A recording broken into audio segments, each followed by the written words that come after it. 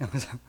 제가 우리 서울에서 태어나서 서울에서만 자라던 도시남인데 저 하나님의 부르심이 여기 보면 소명이라 했지만 부르심이 우간다에서 또 아주 딥빌리지라고 그러죠. 아주 굉장히 오지는 아닌 것 같은데 남들은 오지라 그래요. 그래서 거기서 살고 또 이렇게 그러나 이렇게 행복하게 또 했고, 또 우리 제작교회 우리 저 장윤준 장로님은 고등학교 때 같이 있던 친구인데 이렇게 오랜 몇십 년 만에 만났는데 이렇게 또 우리 교회 왔으면 좋겠다 해서, 사실은 목사님께서 성도들이 요청치 않으면 올 수 없는 자리인데 이렇게 귀한 교회 또 아름다운 교회 불러주셔서 감사합니다.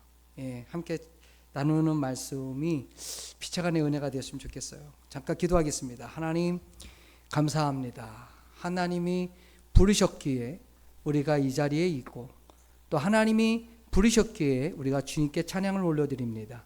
우리의 찬양을 받으시고 우리의 마음을 받으시고 이 자리에 임재하셔서 우리 모두에게 귀한 은혜의 시간을 나눌 수 있도록 인도해 주옵소서. 부족한 종이 입을 열 때에 하나님 절대로 인간의 자랑, 이름을 자랑하고 한 일을 자랑하는 것이 아니라 하나님이 하시고 하나님이 역사하셨고 하나님이 지금도 일하시고 있음을 나누는 귀한 시간 되게 하옵소서. 함께 아주 주님을 기대하옵고 예수님 이름으로 기도 올려옵나이다. 아멘. 주일 오전 예배잖아요. 그래서 제가 뭐 간증만 하면 안 될 것 같고 말씀을 좀 나누고 잠깐 나눴으면 좋겠습니다. 오늘 본문 말씀을 시편 46편 1절에서 11절까지 봤는데, 여러분들 성경 읽을 때 반복되는 걸 한번 주목을 해보시면 좋아요. 성경 읽을 때 이 단어가 계속 반복되는구나. 근데 이 46편에는 3번의 반복되는 문장이 있어요. 그게 뭐냐면 하나님은 우리의 피난처시다 이거예요. 하나님 우리의 피난처시다. 1절, 7절, 11절에 반복돼서 나와요. 하나님은 우리의 피난처시다. 여러분 피난처라는 거를 좀 이렇게 감이 오세요? 피난처라는 게 감이 오세요? 뭐가 피난처입니까? 피난처.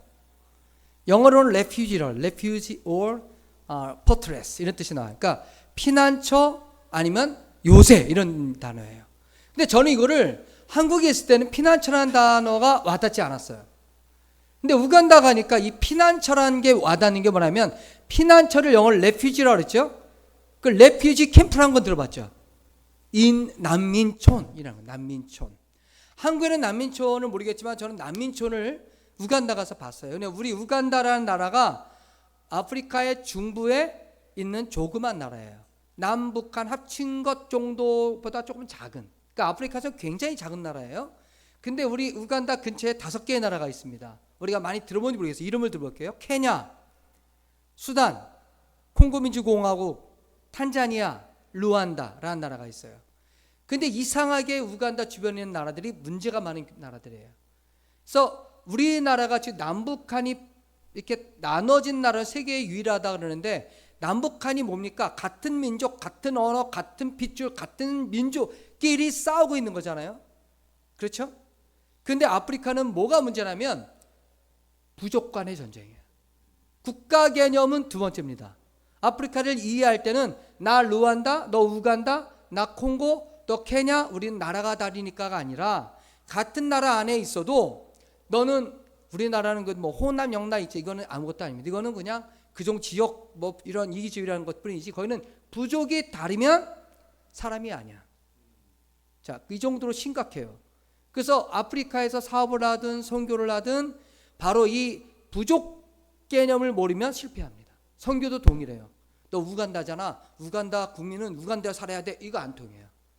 너 알루 부족이잖아. 너는 뭐 부시아 부족이잖아. 그러면 부족 간에 얼굴이 똑같고 해도 부족 간에 서로 간의 반목. 그래서 아프리카의 싸움은 대부분 뭐라고요? 부족 간의 전쟁입니다. 이 전쟁으로 사람이 100만 명도 죽었어요. 1994년도 루안다라는 나라가 있어요. 루안다. 그 우리나라 강원도밖에 안 되는 조그만 나라에 2개 부족이 있었는데 서로 간에 죽였어요. 불과 6개월 만에 100만 명 죽였습니다. 총으로 죽이면 얼마나 좋아요. 총 맞으면 죽잖아 그냥. 어떻게 죽여요? 정글칼이 있어요. 우리 아프리카는 1m 정도 된 정글칼. 그걸 이렇게 자르면 팔이 잘려요. 저희도 집에도 있고. 근데 전국화로 사람을 다 이렇게 난도질을 해서 죽였습니다. 자, 그게 뭐냐면 서로 간의 부족 간의 전쟁이에요. 근데 우간다는 지금 조금 안정을 찾아요. 그런데 남수단, 요즘 아프리카의 화약권은 남수단이라는 나라가 있어요. 남수단. 거기에 부족 간의 전쟁이 일어나가지고 싸우는 바람에 이 사람들이 어쩔 수 없이 자기 집, 논, 땅 다 버리고 우간다로 도망온 거예요. 그런 사람이 200만 명. 현재 우간다에 있는 남수단 백성 200만 명이 내려와 있어요. 그분들은 그러면 우간다도 못 사는데 집을 주겠어, 뭘 주겠어요? 그냥 영어로 말하면 부시. 우리가 말하면은 그냥 사람들이 살지 않는 그런 그냥 나무 좀 있고 하는 데다 그냥 그런 데다가 놓고 텐트 하나 쳐놓고 있는 거예요. 그런 곳에 있는 것을 제가 한번 간 적이 있어요. 초청을 받아서. 그래서 가서 거기 있는 목사님들 만나는데 교회가 없으니까 진짜 이 나무 거의 엄청 덥잖아요. 그러니까 나무 밑에서 예배를 드려요. 그 제가 거기서 만나는 사람마다 저도 뭐냐면 파스터리, 제가 이제 파스터라고 그러죠. 파스터리 그러는데 자기가 남수단에 있을 땐 자기가 소가 몇십 마리가 되고 집도 크고 다 컸대. 근데 그걸 낳고 내려왔대요. 그래서 제가 그랬어요. 아니 당신이 있는 곳에 땅도 있고 소도 있고 돈도 많고 일도 있는데 왜 내려왔냐? 그러니까 딱 한마디 합니다. 뭐 때문에 내려왔냐? 살려고. 여러분 이게 좀 와닿아요?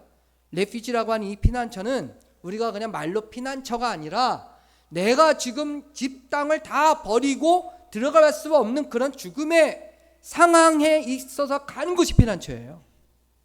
근데 오늘 하나님 뭐라고 그러셨냐면 하나님은 우리의 피난처시니 그랬어요. 3번이나. 자, 여러분들에게서 있어서도 지금 이런 상황은 아니더라도 제가 이제 여러 교회를 다니고 여러 대학들이나 여러 단체를 다니잖아요. 그러면 각자의 나라 그 연령대나 삶에 따라서 그런 어려운 고난들을 갖고 있더라고요. 지금 가정 간의 불화, 뭐 엄마 아빠의 관계, 뭐 학업 문제, 직장 문제, 관계 문제, 뭐 굉장한 문제들이 있는데 이 문제를 상담을 받아서 해결할 수 있냐는 거죠. 이 문제를 그냥 술을 먹으면서 밤새도록 한다고 문제가 해결되는 게 아니라는 거죠. 교회 담임들이 이걸 가지고 그냥 애를 쓴다고 되는 거 아니었어요. 근데 우리가 간과하는 게 있습니다. 믿음이 있는 사람에게 주어진 오늘 말씀은 하나님은 우리의 피난처시라는 거예요. 그 피난처 하나님이 보이느냐? 아니죠. 보이는 하나님이 있는 게 아니잖아요.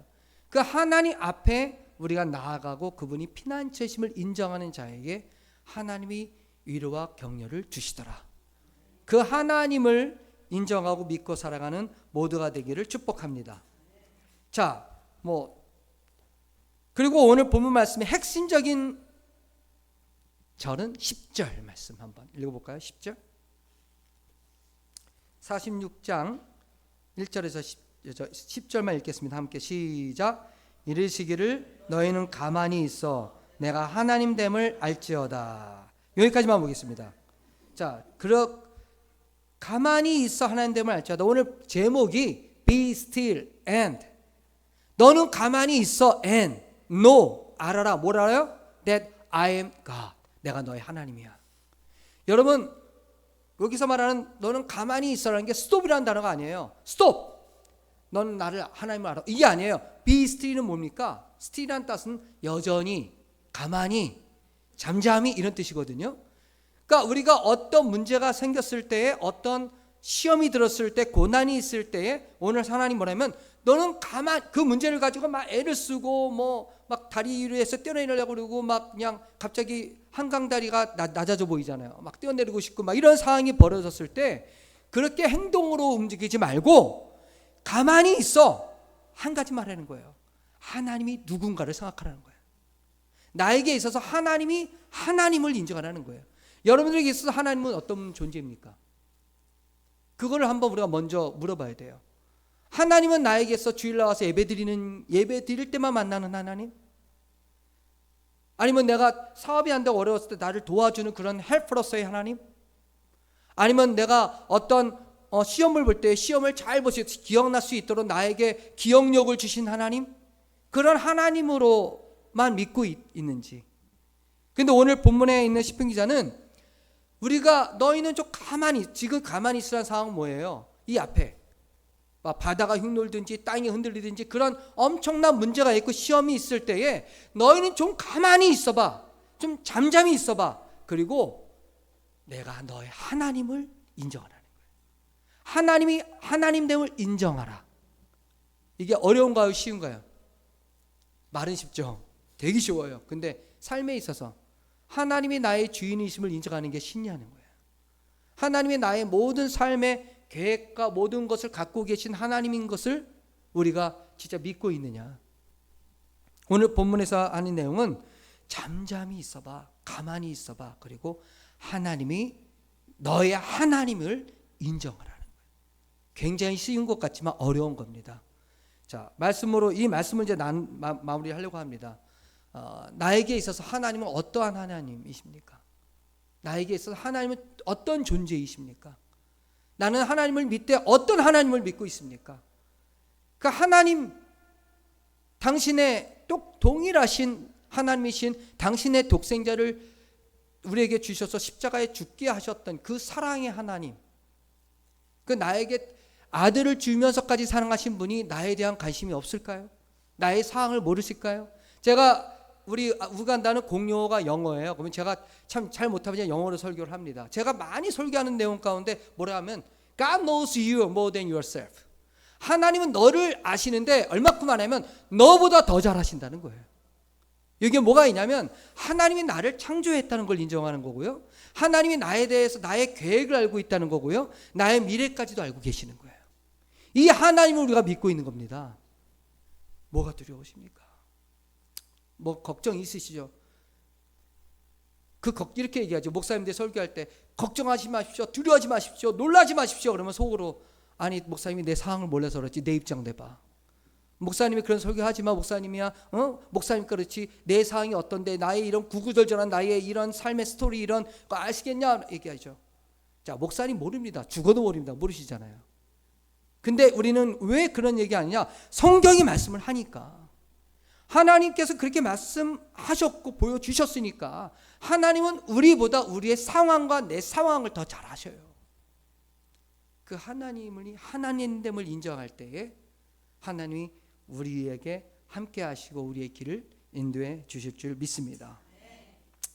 하나님이 하나님됨을 아시라. 한번 따라 하나님이 하나님됨을 알지어다. 하나님이 하나님됨을 안 치는 거. 그거를 오늘 우리에게 말씀 주시는 내용입니다. 제가 참 행복합니다. 요즘 우리 친구들도 만나고 또 목사님들 만나도요. 행복하다 그러면 안 믿어요. 그리고 제가 우리 아내하고 결혼한 지가 이제 28년 됐습니다. 만난 건 그 전에 한 30년이 됐죠. 연애를 한 3년을 했으니까 30년이 넘었어요. 근데 제가 우리 선교사님들이 그렇게 훌륭한 아프리카 우간다 선교사님들이 훌륭한 분들 목사님들 많은 데서 이렇게 모여서 제가 이제 작년에 선교사회 회장을 하면서 설교할 수 있는 시간이 줘서 제가 설교를 했어요.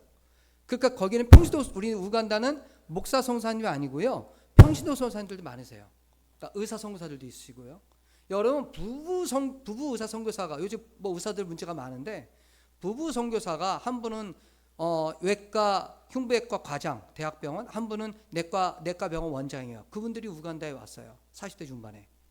그리고 살아갑니다. 자, 우간다는 자 돈이 있으면 잘 살까요? 돈이 있으면 먹고 싶은 거 다 먹을 수 있을까요? Never. 없습니다. 돈 있다고 라면도 못 사 먹습니다. 돈이 있어도 갈 만한 레스토랑도 별로 없어요.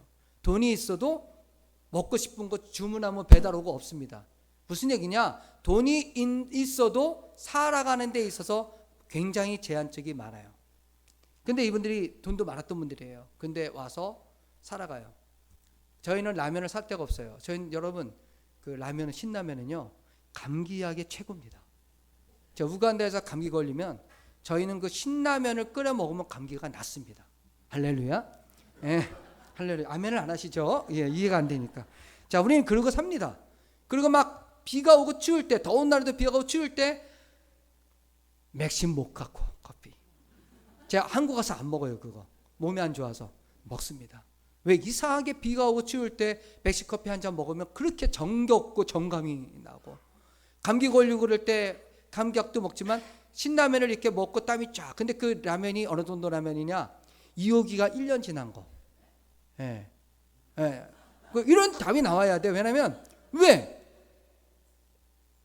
돈 있어도 라면을 못 산다니까요. 그럼 가게도 없고. 그러면 한국에서 오면 저희 갈 때 막 완전 이삿짐을 매번마다 이민짐을 싸요. 근데 가져갈 게 너무 많은 거예요. 왜냐면 먹을 것도 뭐 고춧가루도 필요하고 다 필요하니까. 거기다가 아이들 뭐 필요한 거 막 싸다 보면 라면을 처음엔 한 박스 샀다가 가져갈 게만 계속 빼. 그 나중에 갈 때는 라면 한 5개 가져가. 그러면 가져가서 그거를 어떻게 먹냐? 아까운 거예요. 그러면 이렇게 킵해놔. 그러니까 아이들이 이렇게 왔을 때 한 번씩 먹으면 꼭 그 라면이요 유효기간이 6개월밖에 안 돼요. 근데 라면을 사면은 벌써 지났고, 그러니까 아끼고 나중에 먹다 보면 어느 날에는 보니까 유효기간 말일, 유효기간이 뭐 2023년도 12월, 그러면 제가 먹은 게 2025년에 가서 먹은 적도 있었어요. 자, 라면 먹으면 쩐내 나는 거 아세요? 쩐내? 예, 그 라면 그 쩐내가 나요. 안 죽어요. 그래도 병도 안 걸려. 근데 그 어떻게 먹냐? 한 번 삶아서 물 버리고 또 삶아서 먹어. 맛은 없지만 그 맛은, 하여튼 뭐 그런 얘기하면 시간도 없고. 하여튼 그러고 사는 그분들에게 그 의사 부부가 와서 저희랑 같이 있었어요. 저희 오지 지역에. 야, 한국에서는 그렇게 쩡쩡대고 그렇게 자기 병원 있는 분들이 와서 1년 지난 라면을 저녁에 먹으면서 행복한 모습을 봤어요, 제가. 자, 왜 그런, 세상말로 말하면 왜 그 짓을 하고 삽니까? 그렇게 살 만한 분들이 아니에요. 그분들은 지금도 그런 삶을 살 수 있는, 근데 그곳에 와서 그렇게 하다못해 국수를 좋아한다고 맨날 올 때마다 국수, 이게 무슨 국수에 그 오뚜기 국수인가 노란 거 그런 거 들고 와서 해놓고, 그러나 저녁마다 먹을 거 없을 때는 국수 삶아 먹는 모습을 이렇게 보면서 저는 목사잖아요. 그 목사는 뭐 안수 받을 때 이미 아골골짜기도 가소서 이렇게 했는데, 요즘 신학생들은 아골골짜기 네가 가라 이렇게 찬양하더라고요. 안 가고. 하여튼 우리는 그렇게 배워서 갔어요. 근데 그분들은 거기서 그렇게 살아가는 모습, 평신도 오고 의사하고 보장되는 데가 사는 거예요. 그러니까 제가 물어봅니다. 한 박사님, 이제 황이두 선교사라고 이제 충남대 교수면서 지금 황 선사님 왜 이렇게 한국에 계시지 왜? 돈도 많잖아. 당신 한국에 아파트도 있고 별장도 있고. 제가 알아요. 그분 워낙 돈이 두 분 다 많았어요. 근데 왜 이렇게 삽니까? 당신이 의과대학 다닐 때에 어떤 선교사님에게 도전을 받고, 내가 하나님 앞에 내가 의사로 살지만 하나님 앞에 내가 10년을 하나님께 드리겠다. 그 약속을 지키기 위해서 왔다는 거예요. 그래서 거기서 그러고 살아가는 거예요. 그 험한 삶을. 그러니까 왜 그렇게 했을까요?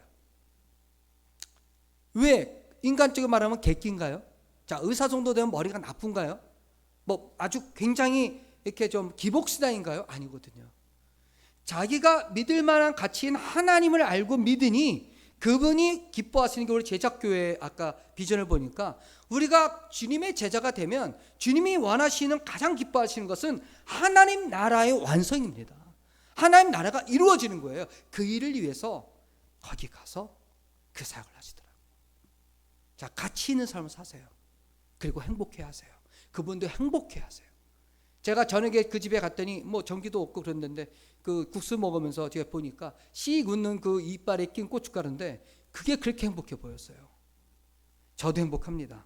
왜? 하나님이 계시고, 둘째는 저의 아내이며 저의 헌인 우리 아내가 계셔서 너무 행복해요. 진짜예요. 그래서 제가 성산들 앞에서 설교할 때 저는 아내와 같은 방향을 해서 오면서 아내를 참 사랑하고 존경합니다.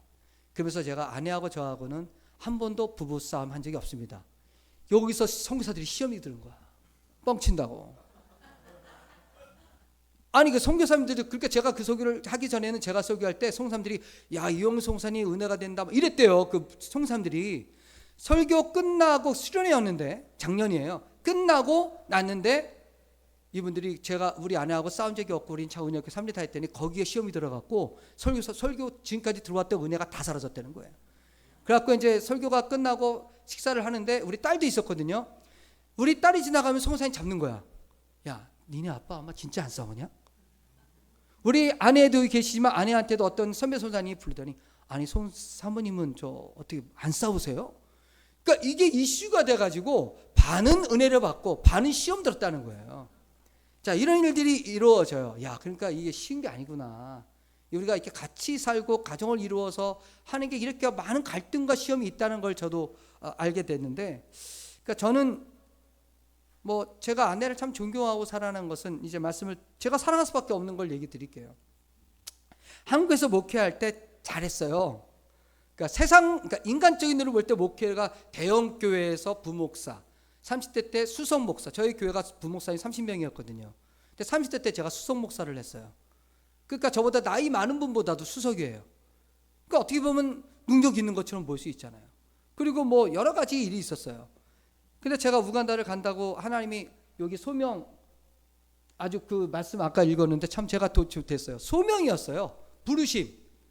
아프리카로 부르심. 그러면 아프리카의 부르심이라서 순종하고 갈 때 많은 반대가 있었습니다. 저희 어머님 지금 돌아가셨지만 왜 한국에 목회할 때는 많은데 왜 거길 가냐고, 저한테는 안 했는데 제가 팔남매 막내인데 저희가 어머니 아버님 모셨거든요. 저희 아내한테 제가 교회 출근하면 아침부터 저녁까지 우리 어머니가 그렇게 힘들게 했대요. 너는 애가 넷이고 남편이 지금 목사고 지금 이곳저곳 담임 목사 오래는데 왜 그걸 가느냐, 네가 말려야지, 하다못해 이불 속에서라도 그거 말려야 되지 않냐, 이런 걸 막 하셨다는 거예요. 나중에 가서 얘기하더라고, 아내가. 그러니까 저는 집에 늦게 들어오면 모르고, 그러니까 제가 갈 때 어머님이 저희랑 살면서 천국 같았대요. 저희 딸 애들 손녀들이 있죠. 그리고 저희 있으니까 너무 행복했는데 그때 어머니가 연세가 80대 중반. 그러니까 저희가 저희 아버님 살아계시면 거의 이제 100세가 되세요. 저희 아버님은 100세가 넘으셨어요. 제가 아주 늦둥이 막내거든요. 그래서 그러고 이제 저희가 떠날 때 말리죠. 형제들도 말리죠. 교회에서도 말리죠. 왜 가냐는 거예요, 이게. 왜 여기 할 일이 많은데 가냐. 근데 저는 딱 한 가지였어요. 콜링, 소명이었어요. 부르심이었어요. 그래서 그게 하나님이 강력하게 주셨기 때문에 가는데, 아내가 반대했으면 못 갔을 거예요. 아내는 주님의 부르심이고 우리가 주의 종이면 찬양할 때 아골골짜기 간다는데 왜 못 가냐, 가자.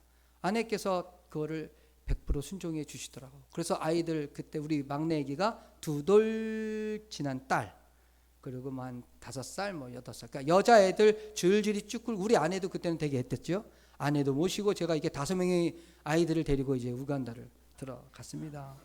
예, 들어가서 살면서, 근데 제가 참 부끄러운 얘기 하나를 하고 싶은 거는, 가서 딱 한 달 돼 갖고 후회했어요. 갈 때는 멋지게 떠났어요. 아프리카 가는 비행기는 보통 저녁 12시에 출발해요. 자면서 가는 비행기를 가요, 우리는.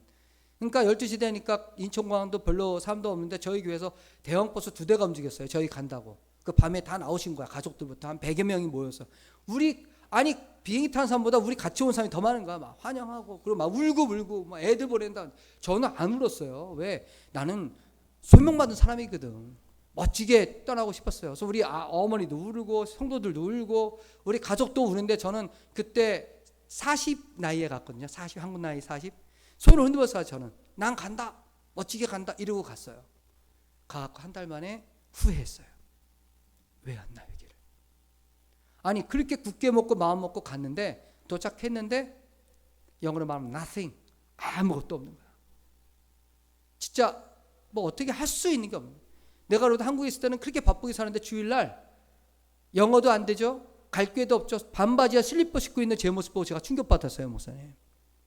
주일이면 아침부터 저녁까지 설교도 하고 바빴던 사람이 주일날 가는데 나를 불러주는 사람도 없어, 알아주는 사람도 없어, 내가 누구랑 말할 사람도 없어. 가 있는데 주일날 교회 갈 데가 없고 반바지 입고 슬리퍼 신고 있는 주일을 그렇게 내가 하루를 보내는데 내 존재가 다 무너지더라고요. 이해가 되실지 모르겠어요, 이게. 내가 이렇게 능력 없고 별번이 없는 사람이 있냐, 그런 생각이 들면서 인간적인 고민이 생겼어요. 그리고 계속 보따리를 쌉니다.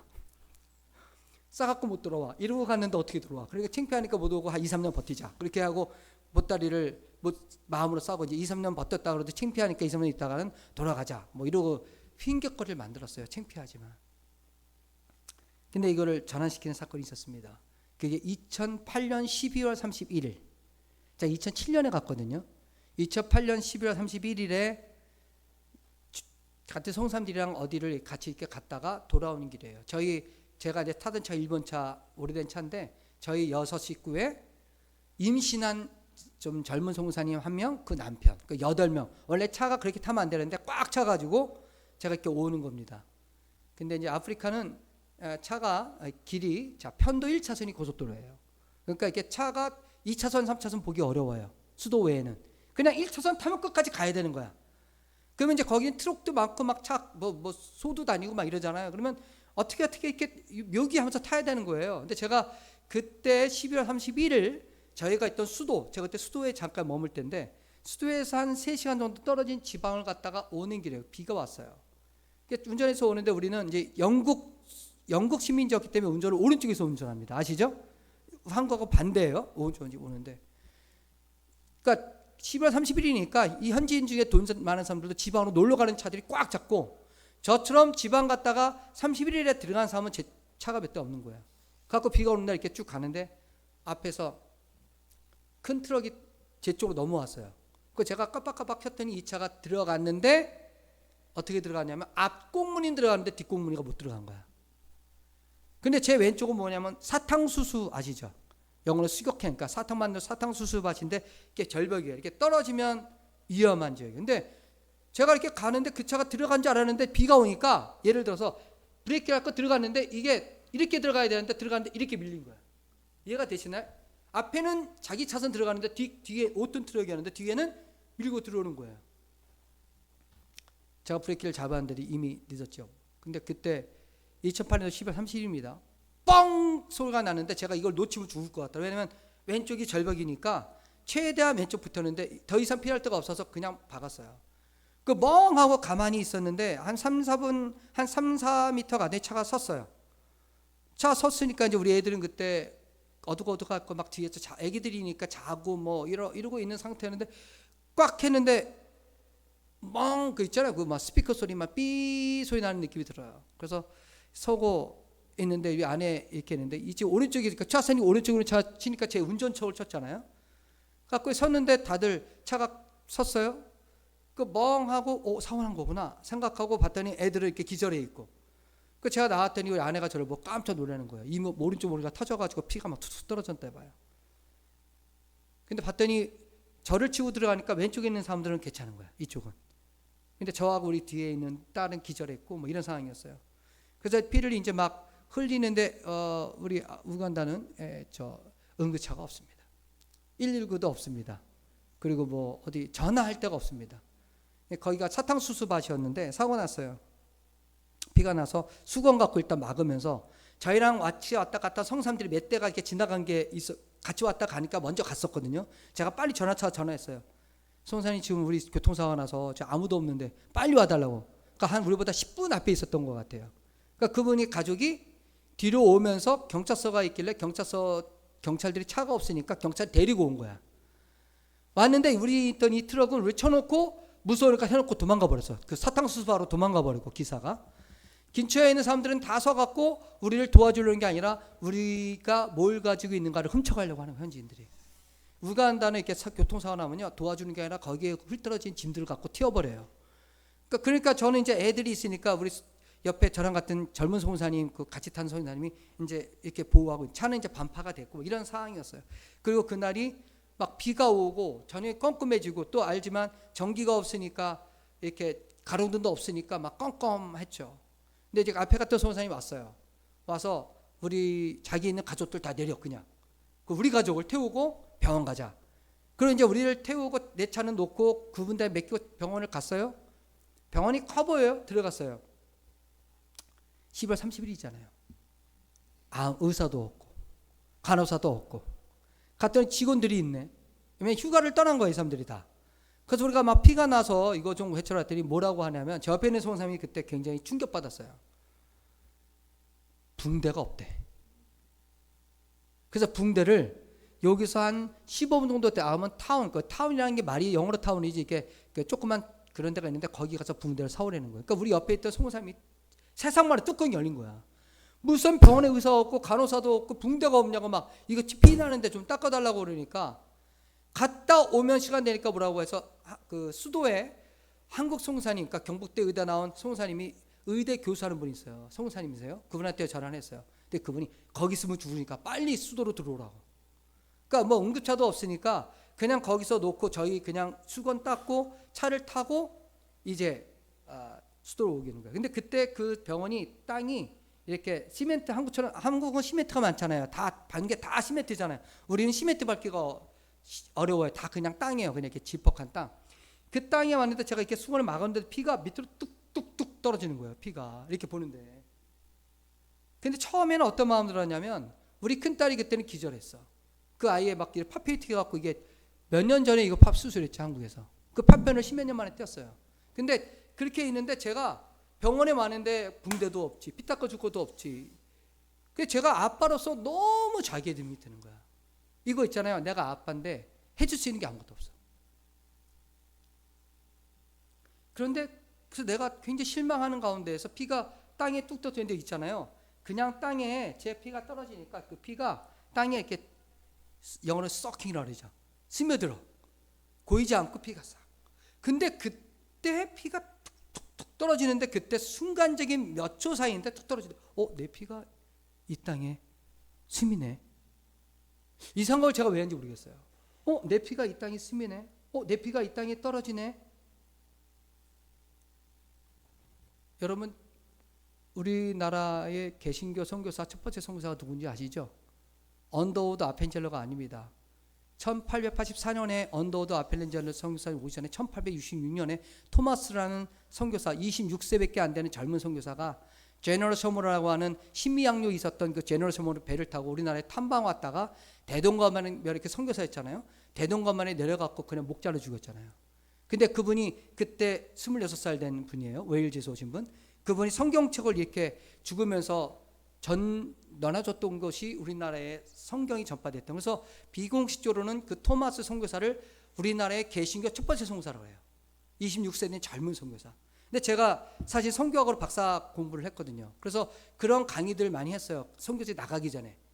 근데 그때 그분의 그 피가 대동강변에 스며들어서 우리나라의 선교사의 피가 순교의 피가 흘렀기 때문에 그거를 통해서 한국이 보호받았다. 우리는 그렇게 배웠고 그렇게 가르쳤어요. 근데 제가 거기서 제 피가 땅에 막 떨어지는 순간에 내 피가 이 땅에 떨어지네.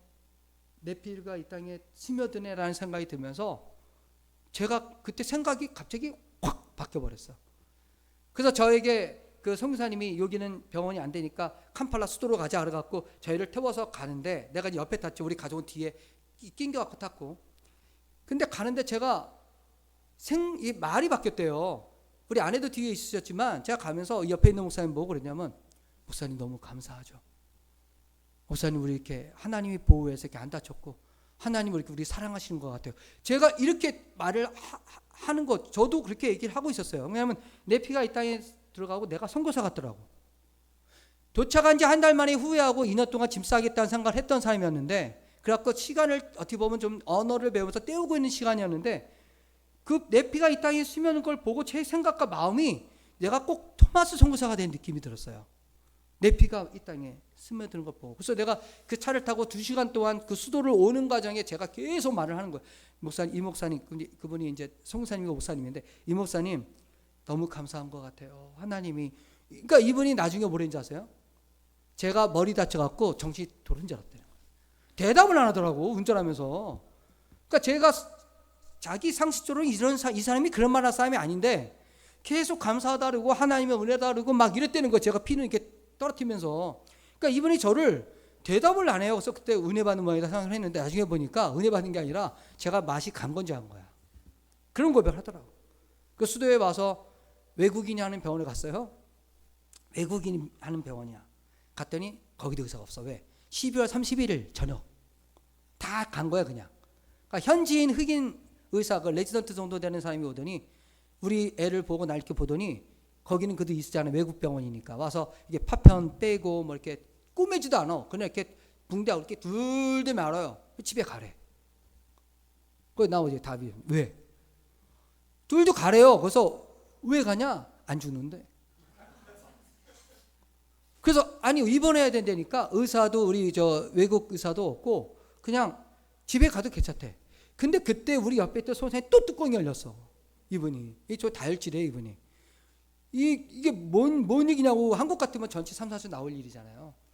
막 그러는데 이분이 그런데 나는 그때 또 뭐라고 그러냐면 이게 또 하나님 음성으로 들리네. 제가 원래 그런 파가 아니에요. 그런 신비주의 아니에요. 저는 정통 장로교 목사. 예. 근데 이 의사가 하는 그것도 아주 우리가 좀 무시할 수 있을 만한 현지인 젊은 의사가 얘기하는데 그게 믿어지는 거예요. 그래서 내가 그 목사님을 설득했어. 목사님 그러지 말고 우리 집에 좀 데려다 달라고. 집에 2008년 12월 31일이 토요일이었습니다. 2009년 1월 1일이 주일이었습니다. 찾아보세요. 그래서 그거를 보고 그래서 이분이 설득을 해서 저희를 집에 데려다 줘요. 근데 그때 우리 아내가 찍은 사진이 있어.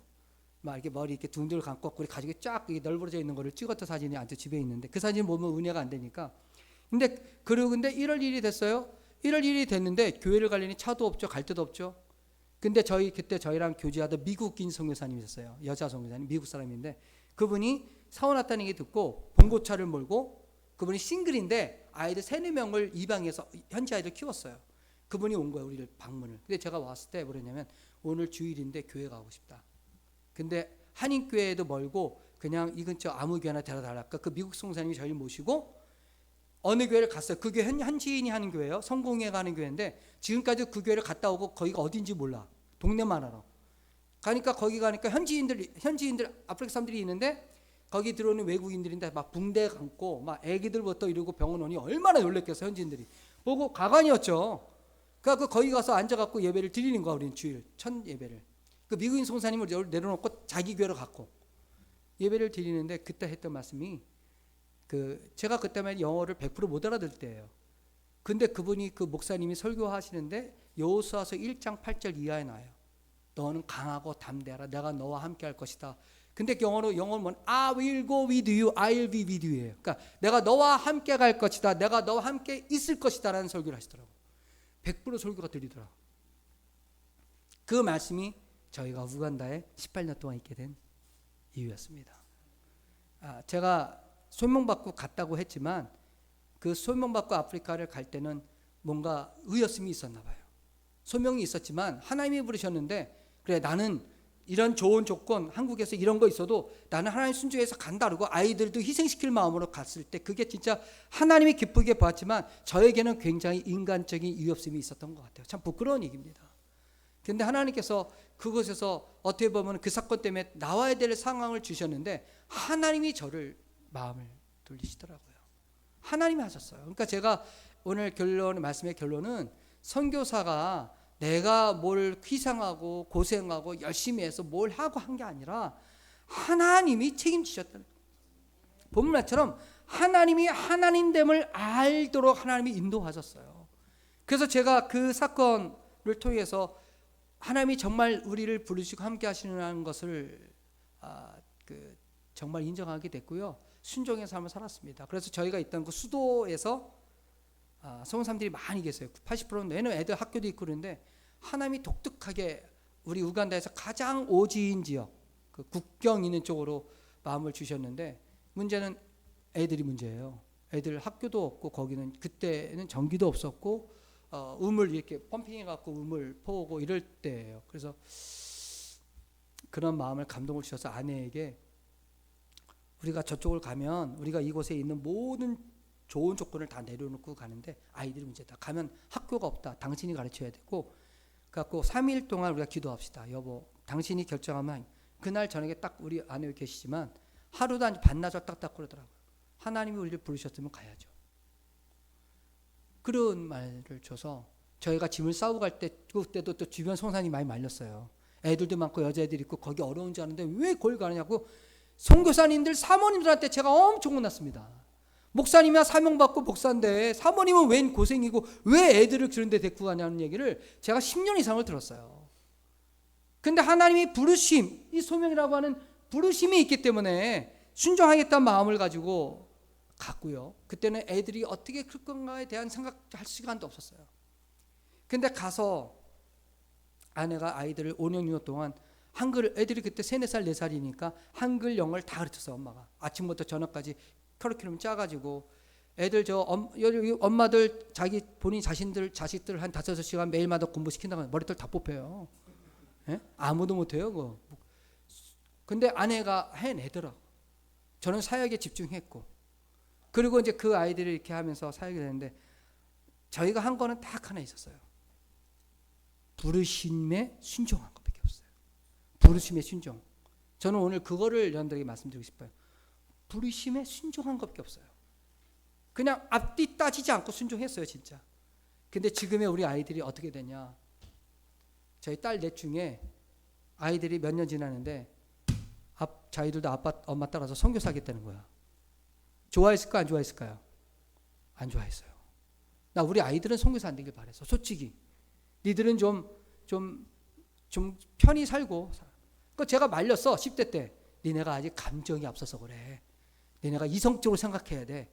니네가 고등학교 졸업했을 때 그 얘기는 그때까지 하자. 그리고 몇 년이 지나고 고등학교 졸업해 대학을 갔어.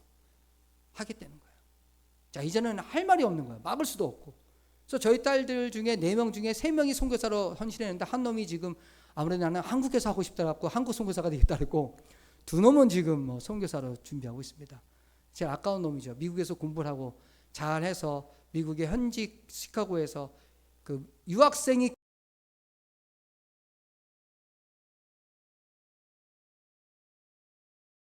학교 다니는 막내딸 선교사 훈련을 하고 준비하고 있습니다. 딴 거보다 행복한 게 걔네들이 좋은 대학 나와서 좋은 게 아니라 엄마 아빠가 살았고 거기서 마음껏 먹지도 못하고 마음껏 학교도 못 가고 그렇게 살았던 인생이 있던 아이들이 하나님의 부르심에 순종해 살아가는 부모를 보면서 배운 거 딱 하나 있대요. 자기네가 하나님이 엄마 아빠를 인도하시는 걸 봤대요. 증인이라는 거예요. 또 하나는 자기들도 하나님이 이렇게 인도하심을 경험했대요. 다른 게 아니라 하나님이 살아계심을 봤대요. 할렐루야. 내 자녀들이 좋은 대학 나오고 좋은 직장 갖고 가는 것보다 그 아이들이 하나님이 살아계심을 받고 경험했고 그러한 삶의 행복함을 아니까 그 길로 간다고 했다는 게 저로서는 너무나 감사했어요. 그래서 우리 아이들을 자랑해라 자랑할 거 없어요. 뭐 미국 대학 나왔고 뭐 이런 게 뭐가 그것도 의미가 있지만 그 아이들이 하나님을 만났고 하나님을 사랑하고 하나님의 부르심에 순종할 준비가 되었다는 게 감사했어요. 그게 우리 선교사에게 준 가장 큰 복이더라고요. 저는 선교사에게 준 복이 뭐냐? 첫 번째, 하나님이 살아계시고 하나님이 역사하심을 목도할 수 있었습니다. 증인이었어요. 두 번째는 하나님이 우리 자녀들을 당신께서 저렇게 잘 키워주셨다는 게 감사해요. 그래서 그게 너무나 선교사라서 참 감사하고 복이고 행복하고. 저는 여러분들에게 다 선교지 가라는 말씀을 드리진 않습니다. 그 한국을 누가 지킵니까? 네, 한국을 지킬 분도 필요하신데 저는 여기 조금 젊은 분들에게 도전을 하고 싶어요. 네, 옛날에 우리 돌아가신 김우중 회장이 세상은 넓고 할 일이 많다. 제가 그 얘기 맞아요. 한국에서 이렇게 좁은 땅에서 막 지지고 볶고 하는데 저희 지역에도 단기 청년들이 많이 왔다 갔어요. 오면 1년 학교 휴학하고 온 친구도 있었고 졸업하고 온 친구도 있고 군대하고 온 친구도 있었고 갖고 와서 1년 동안 와서 저희 뭐 음악으로 아이를 가르치고 뭐 이런 여러 가지 사역을 돕던 친구들이 돌아가서 다 잘 됐어요. 그러니까 하나님 앞에 앞뒤지지 않고 뭔가 하나님 앞에 내가 가지고 있는 것을 드리겠다고 와서 헌신했던 그 젊은 청년들이 지금은 다 30대 중반에서 뭐 PD가 된 친구도 있고 뭐 회사도 차린 친구도 있고 30대 이제 중반이 넘어간 친구 젊은 친구들인데 그 친구들이 지금은 하나님 앞에 참 멋있게 서 있는 모습들을 봤어요. 그 자기가 아프리카에서의 1년의 그 삶, 그때 1년 있으면서 제대로 먹었겠어요? 제대로 했겠어요? 근데 와서 첫 번째 영어를 영국, 독일 여기 언어 연수 갔다 오면 미국, 호주 가면 영어 안 돼요. 학원 다녀 안 돼요. 저희는 돼요. 왜? 이 사람들 제대로 되게 영어한 분들이에요. 영국식 영어를 해요. 근데 이 사람들 우리가 영어를 못 들어도 들어줘요. 현지인들은. 그리고 같이 말을 해요.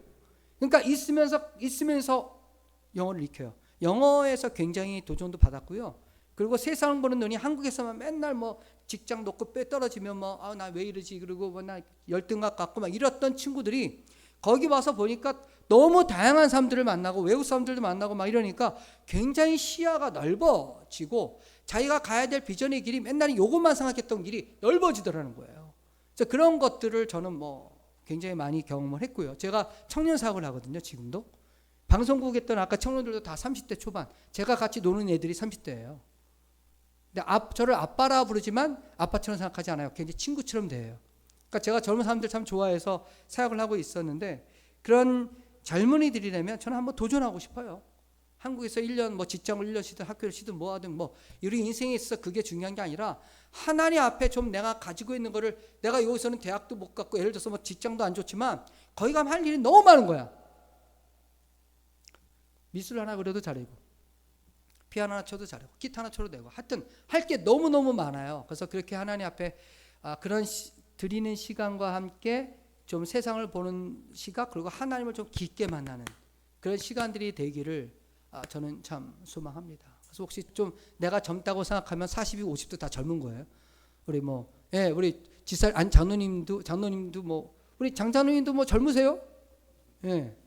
그 여보 당신 좀 생활을 책임져 내가 한 6개월만 어디 갔다 올게 그러고 와갖고 음악 얼마나 잘합니까? 이런 분들은 거기 와서 굉장히 크게 쓰임 받을 수 있는 분이에요. 제가 크리스찬 밴드를 만들어서 순회 공연을 했거든요, 학생들.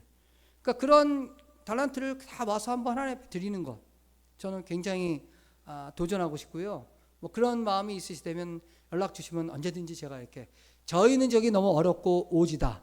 그러면 조금 괜찮은 도시, 그 커피 먹을 수 있고 호텔도 있는 곳으로 제가 연결해 드릴 수 있어요. 예, 좀 그런 믿음이 없는 분 그런 데 가셔도 되고. 나는 진짜 한번 제대로 저희 지역 오면 그대로 살아요. 예, 그렇게 살 수도 있고. 그런 도전을 좀 드리고 싶습니다. 제가 여러분들에게 설교를 하고 나누지만 제가 할 수 있는 얘기는 저를 드러내기보다는 하나님은 살아계시다는 거예요. 정말 그분은 정말 우리를 너무 잘 아시고요. 우리와 함께 하십니다. 그리고 그분에게 순종하는 자에게 그 주는 복은 우리가 자녀들 옆에 끼워놓고 맨날 애들 체크하고 학교 가나 뭐하냐 공부하냐 한다고 애들이 지쳐요. 저희는 아이들을 떨어져 살았잖아요. 아내가 홈스쿨 시키고 고등학교 됐는데 학교가 없고 못 가르쳐 힘드니까 저희 집에서 차로 2박 3일 걸리는 다른 나라에 선교사 학교 보냈어요. 우간다는 없어요. 케냐에는 선교사 학교. 2박 3일 운전해서 갑니다. 저희는 비포정도를 가다 자고 애를 데려다 놓고 와. 일주일이에요. 애를 학교를 데려다 놓고 오는데 일주일. 아이들하고 한 달 이상을 평생 있어 본 적이 없어요. 한 달 방학 이상을 안 줘요. 그래서 애들이 한 달 이상을 있은 적 없고 우리 애들이 굉장히 끈끈한 거야. 엄마 아빠 만나면 내 사역을 못 나가게 사역을 같이 있자는 거예요. 그냥 같이 살자는 거예요. 그러니까 제가 아이들이 오면 거의 한 달 동안은 왜 지방은 안 가고 그냥 아이들 데리고 현지 교회 방문해서 애들이랑 같이 현지식 손으로 밥 먹고 현지 분들이 막 무릎 꿇고 우리한테 와서 이렇게 인사하는 것도 받고 하여튼 뭐 그런 얘기까지는 하여튼 그런 경험하면서 애들이 참 도전이 됐던 것 같아요. 결론을 내리겠습니다. 저는 행복합니다. 그리고 하나님이 살아계셨고 그걸 목도했기 때문에 저는 증인입니다. 그리고 그분의 삶을 따라가기 때문에 저는 제자의 삶을 살고 싶습니다. 저는 여러분들이 평신도고 교회에 있고 이러니까 아니에요. 여러분들 각자의 그 부르심의 자리에서 하나님을 신뢰하며 하나님의 하나님됨을 인정하며 그분의 나라를 위해서 살아가신다면 나중에 천국에서 하나님이 여러분들을 반갑게 맞이하실 것이다. 제자교회가 정말 누구의 제자입니까? 누구의 제자가 되고 싶으세요? 담임 목사님의 제자? 아니죠. 또 누구 제자? 우리 모두가 우리를 십자가에서 죽으시면서까지 사랑해 주신 예수님의 제자입니다. 그분의 삶을 따라가기 위해서 우리가 순종하며 나아가는 또 그래서 하나님의 나라를 이렇게 이루어가는 모두가 되기를 축복합니다. 기도하겠습니다. 하나님 부족한 종이 혹시 실수하고 잘못된 말씀을 전한 거 있으면 다 거두어 주시고 하나님이 하신 일, 하나님이 이루신 일, 하나님이 이루어 가실 일만 기억하고 달려가는 우리 모든 주의 종들 되게 하옵소서. 감사드리옵고 예수님 이름으로 기도 올려옵나이다. 아멘.